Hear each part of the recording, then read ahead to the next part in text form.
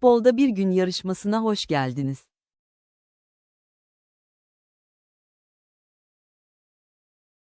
Dostlar, bu günləri video çəkib, bayaq çəkdim, amma gördüm ki, pis oldu nəsə. Yəni, xoşuma gəlmədi dostlar. Nə olacaq o?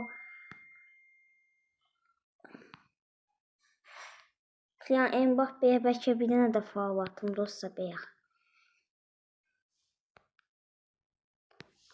Harry Kane və futbol çox pis oyundur. Yəni, bu oyunda pisləşdi o şey. Dostlar, bayaqdan da oynayıram. Ay da, bayaq dostlar.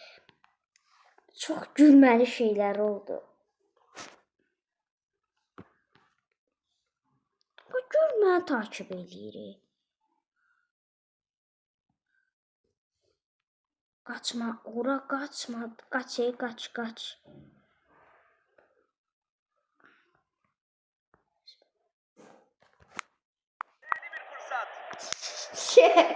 Özüm elə attım.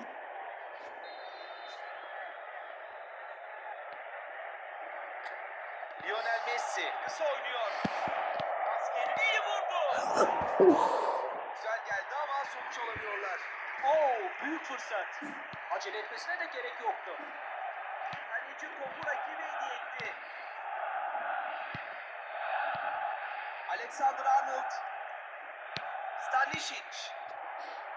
İlerliyor. Harry Kane. Ayda, bunu niyə belədi?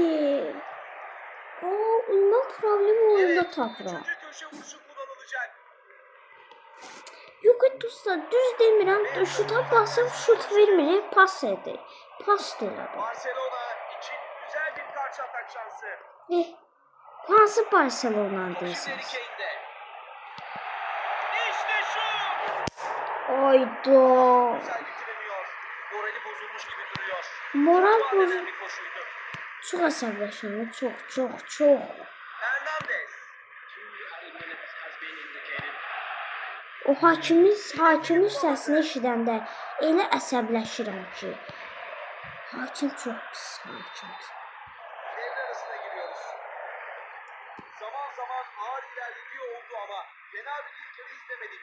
Artık yeni fikirlere O şans hakimə mən çox əsəbiyəm bir dəqiqə. Gözüm dikdi hakimə. vermek. Ortada gəzir, fikrimizi dağıdır, bax. Geç kameralardan bax bu da. Nə əziyyət lazımdır ki, bizim fikrimizi qarışdırırsansa səhv görür. Böyle devam ederlerse istedikleri sonuçta sağdan alırlar. İlk yarı sonunda durum hala aynı. 0-0. Aksiyon kaldığı yerden devam ediyor.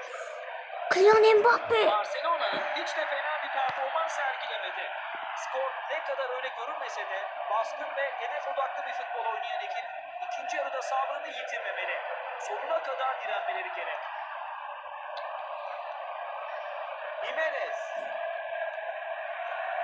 Net ve isabetli paslar.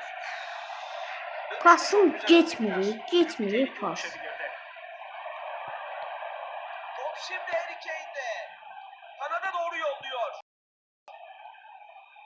Kane daha yakın birebir savunmayla mücadele ediyor. Eğer onu bu şekilde tutmaya devam edeceklerse Bir gol. bitirebilecek mi? Ayda. Önemli bir müdahale.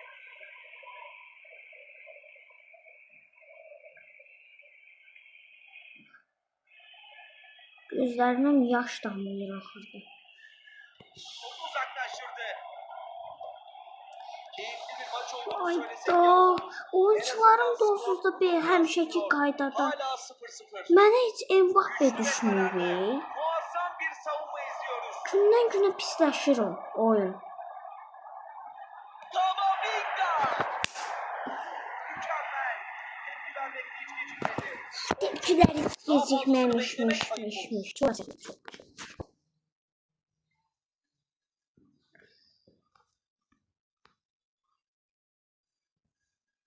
Mən niyə takip edirsən sən?